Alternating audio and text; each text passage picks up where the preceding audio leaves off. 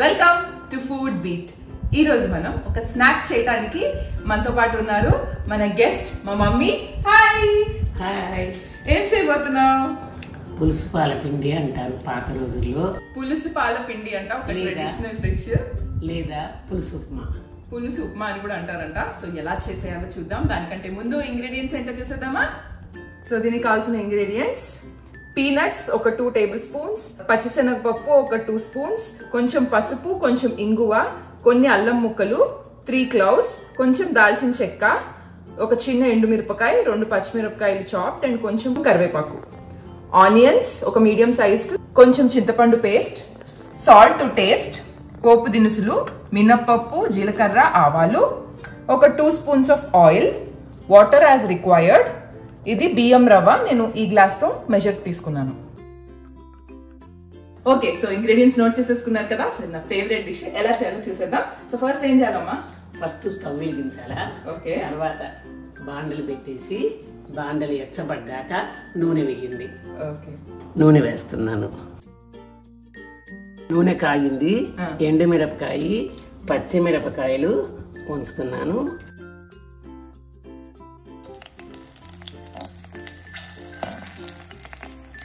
ఈ రెండు వేగిన తర్వాత అల్లం ముక్కలు, కారం లేకుండా ఉంటుంది. అల్లం ముక్కలు కూడా నూనెలో వేగితే కారం లేకుండా ఉంటుంది.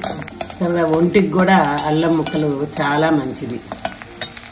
అల్లం వేగిన తర్వాత మినప్పప్పు, జీలకర్ర, ఆవాలు, సేమ్ వేయాలి ఇందులో. శనగపప్పు, ఏరుశనగపప్పు, పల్లీలు, పచ్చి శనగపప్పు.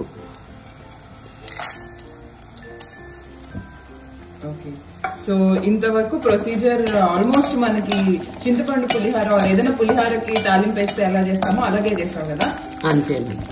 కానీ పులిహారకి, రవ్వ పులిహారకి పులుసు పాల పిండికి తేడా, దీంట్లో ఉల్లిపాయలు వేస్తాము, రవ్వ పులిహారలో ఉల్లిపాయలు వేయము.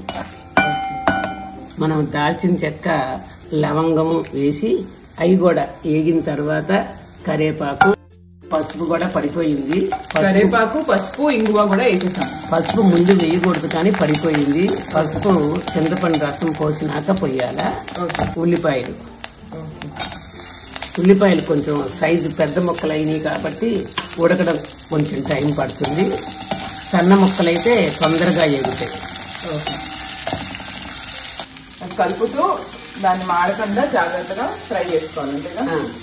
ఓకే. ఉల్లిపాయ కానీ మిరపకాయ కానీ మాడితే టేస్ట్ ఉండదు. అందువల్ల సన్నగా మాడకుండా కలపెట్టుకోండి. మనం ఈ గ్లాస్ తో ఒక గ్లాస్ రవ్వ తీసుకున్నాం కదా. సో 2.5 వాటర్ పోస్తున్నాం.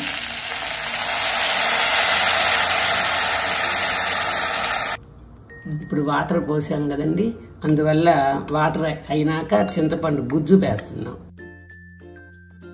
ఇది అప్రాక్సిమేట్లీ మన పులుపుని బట్టి చూసుకుని వేసుకోవడమే. మనం ఆల్మోస్ట్ పులిహారకి ఎలా వేస్తామో ఆ రేషియోలో వేసుకోవటం అంతేగా. ఓకే, సో ఇప్పుడు ఫ్లేమ్ పెంచనా? తగినంత ఉప్పు వేస్తాము.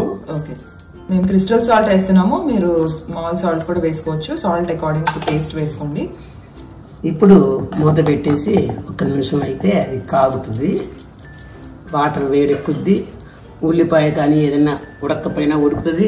ఆ పులుపులో బాగా చక్కగా ఉంటుంది. ఓకే, ఫ్లేమ్ కావాలంటే కొంచెం పెంచుకోండి. సో ఇప్పుడు మూత తీసి చూద్దామమ్మా. చూడమండి, బాగా ఉడుకుతుంది. స్మెల్ కూడా బాగా వస్తుంది. ఓకే, సో ఇప్పుడు సిమ్ లో పెట్టాలా? రవ్వ పోయాలండి.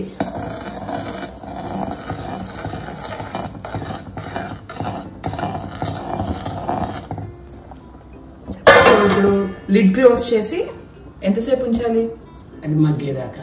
ఓకే, సిమ్లో పెడితే పొడి పొడిలాడుతూ బాగుంటుంది. ఓకే. ఓకే, సో ఇప్పుడు మూత తీస్తే ఉడికినట్టుగా అనిపిస్తుంది కాబట్టి ఒకసారి కలబెట్టుకోండి. అయిపోయినట్టేనా? ఇంకా కొంచెం ఉంది కదా, ఇంకొంచెం డ్రై అయ్యేంత వరకు ఉంచాలా? ఓకే, సో మనం సిమ్ లో, చాలా సిమ్ లో పెట్టాము. As slow as possible flame. మళ్ళీ క్లోజ్ చేస్తున్నాను లిడ్. ఇంకొంచెం సేపు ఉందాం. ఇంకా అయిపోయినట్టేనా?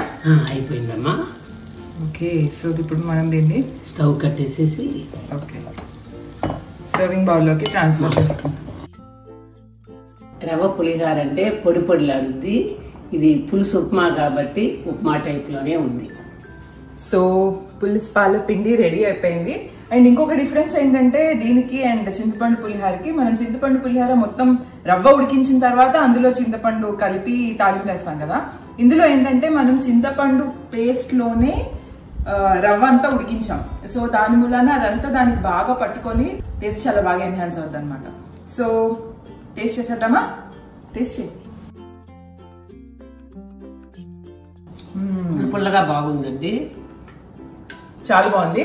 మనం ఆ టామరిన్ పేస్ట్ లో ఆనియన్స్ అన్ని ఉడికించాం కదా, సో ఆనియన్స్ అన్ని కూడా టామరిన్ పట్టుకొని అది అక్కడక్కడ తగులుతూ రవ్వ తింటుంటే చాలా చాలా టేస్టీగా ఉంది. వెరీ గుడ్, నైస్ డిష్ అండి. మీరు కూడా తప్పకుండా ట్రై చేయండి. And if you like our episode, don't forget to like, share and subscribe.